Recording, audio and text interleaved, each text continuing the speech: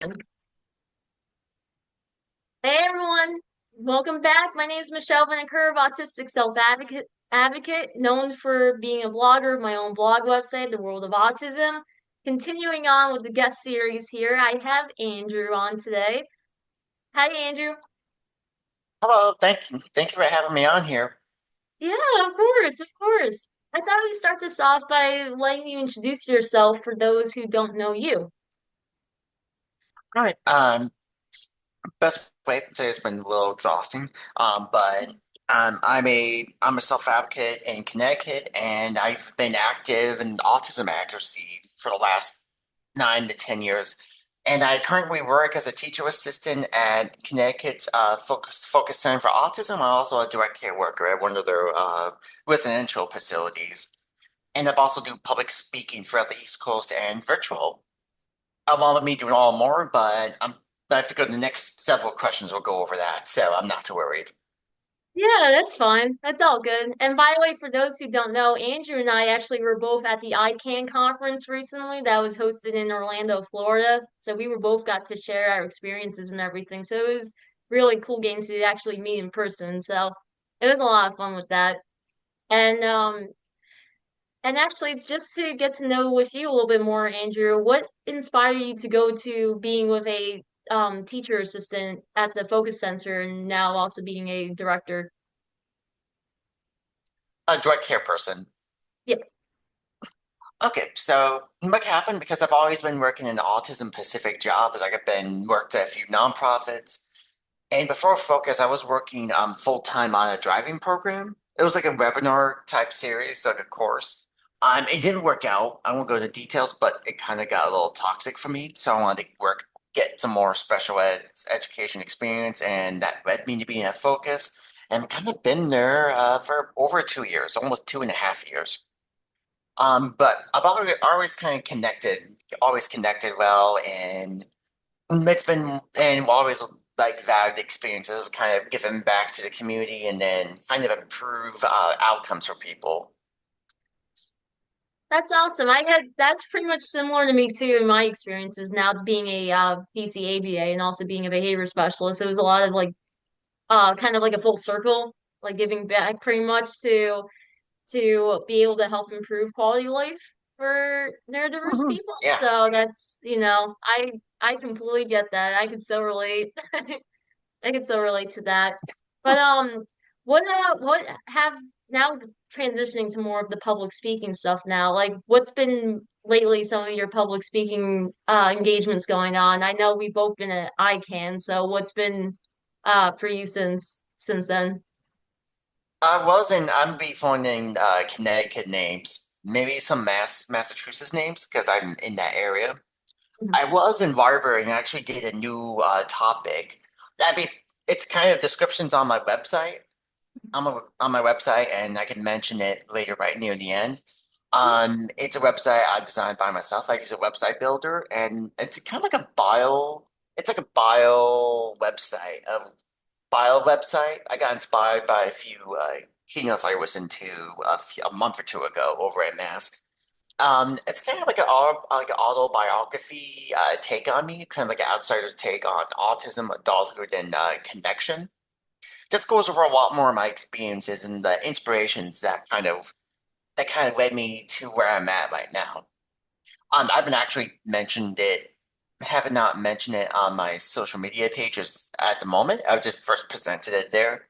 And also I have another one that I'd be posting to on the benefits of pet relationships for people, Huh. which includes a lot of my puppy. I've like on my social media pages, I raised a German Shepherd puppy, Sky, my dad's dog. So he's a very featured dog on my page. Oh, that's awesome. Very cool. Very cool.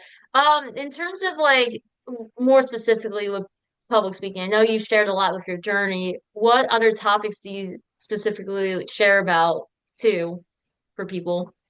Oh yeah, I typically do lived experiences of stuff that have done before. I do have a topic on public speaking 101, but I just have a variety of topics in case it kind of fits like a niche. Some of my more popular topics, more transportation. I'm known as a driving guy, so those. I actually got a lot of engagements with, and I have a couple on special education. Like I have one on exploration of special interests. Like that one I go over stuff I liked.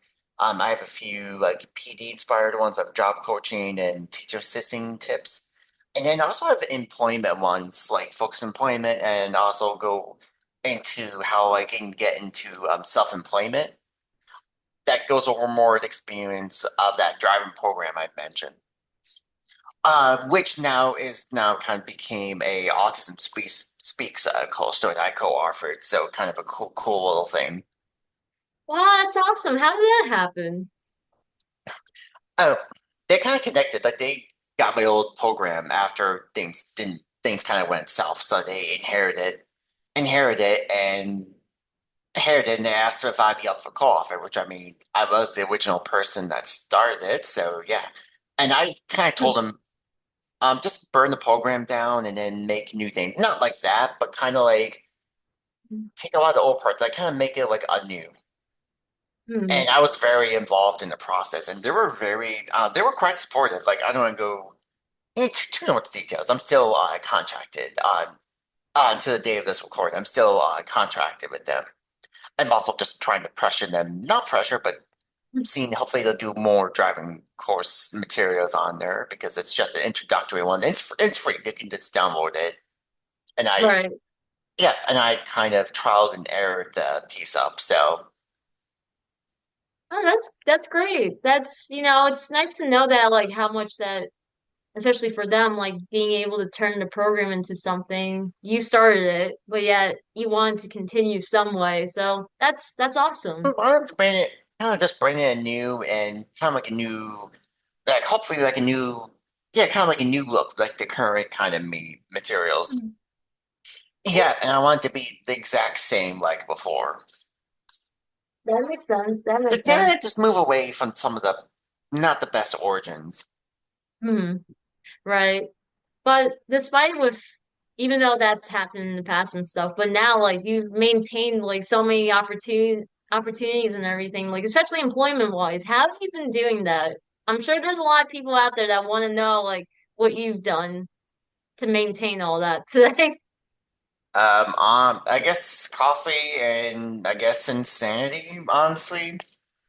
Driven, kind of very driven. No pun intended, but like I'm also just a workaholic in general. And I'm trying to, I don't want to say I'm not, don't want to say I'm done with my side hustle, but I'm kind of just taking a pedal back and kind of trying to put some focus back to me a That little bit makes sense. because I did move to a condo, so it's I got most of it adjusted, but there was a lot of other things I need adjusting to and remind myself that I'm human. Right, of course. And not only that, like nowadays today there's like high statistics of that with burnout. And Hmm.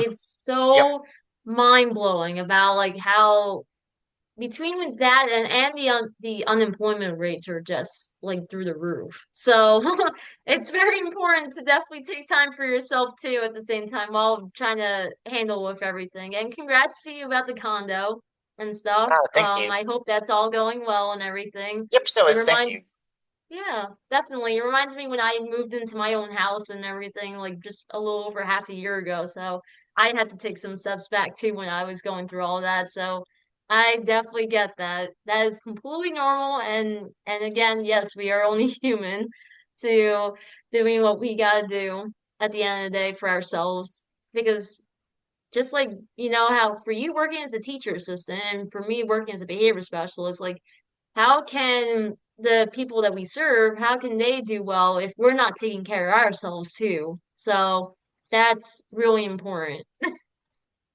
That's for sure. Yeah. So I do want to get towards one more question for you. What would be one tip that you would give to autistic people today? Oof. A lot of different areas, that's for sure. Uh, Anything Pacific, or it could just be anything. Just anything, really. let's see, on the top of things, and this is tricky. I guess, hmm, I guess I can take the employment one. Not every job is tech. Like there are people in the community that is in the human services education field. Like, it's that's something that I talked about in the ICANN conference. Sometimes, like, yeah, something like a lot of the programs, like I want more programs to include other models and different like job fields. I mean, I get it's all in the money, like stuff like Google and the other bigger companies that do have like autism at work programs. There's probably different names right now, but it changes all the time. And especially with all the current administration and who knows whatever changes. That it's like to be like, there's stuff out there. Like you don't have to be tech related. And if there's something else that you want to try out, like it's like don't box yourself in something, especially there's only one life and there'll be stuff you regret if you try to stick yourself in that limited box. Like I I really just oh sorry, go ahead. no, I said I couldn't agree more with you on that. I do want more. I do love to see more coffee shops open up that the inclusive model. Like, 'cause that's I've seen how amazing it is in Connecticut, and there was also like certain brand names as well, like Billy and Billy J's. Billy, there's like a Billy's coffee model that's like all around the country, but that just Mhm. opened a few places in Rhode Island and Massachusetts. But I'd be down for that as a coffee drinker myself, but excuse my bias. No, you're good. Hey, who doesn't like? I want to know people who doesn't like coffee. I'm like, I do like They're out coffee too. there. I don't drink it every day though. That's fair. I'm pretty much active coffee guy, so it has to be at least one or two or three, depending. Gotcha. I gotcha. So thank you for that tip, by the way. I think a lot of people would take that on and stuff, especially, yeah, it's true. We only have one life to live, and it's important to do something that you love and everything, and you don't have to do something that is so common of everybody else. So, Yeah, and it's also not to like, say. Oh, I'm sorry. I don't want to say like any neurodiversity companies listening to this. Not against all of you. I just want there to be more diversity yeah, and just no, like the it's field choice. And true. I get that some positions may not be the most paying ones. Like I also can understand that. Like Yeah. I get it. Like the money has to go somewhere, but it's like I don't want people to be like, "Hey, this is the only way to do it," especially in this community. Hmm. Like that's kind of the last thing you want to do. So again, not Right. against not against all the programs that are listening to this. So Yeah. So, but for those that do want to follow you, where should people follow you at? I have my own website. It's Andrew Arboe, Arboe, dot Webry, WEEBLY.com. It's a website builder. I've made it my website there, and I'm also on social media, which is probably the easiest to find me. I have a Facebook, Instagram, and a LinkedIn. And you will find me when I do a bunch of dog pictures. Like you will find me and Sky the puppy. Or I'll be Awesome. posting about my dog content, so just follow me on those pages, and you'll find my website and all my contacts. Well, there you go.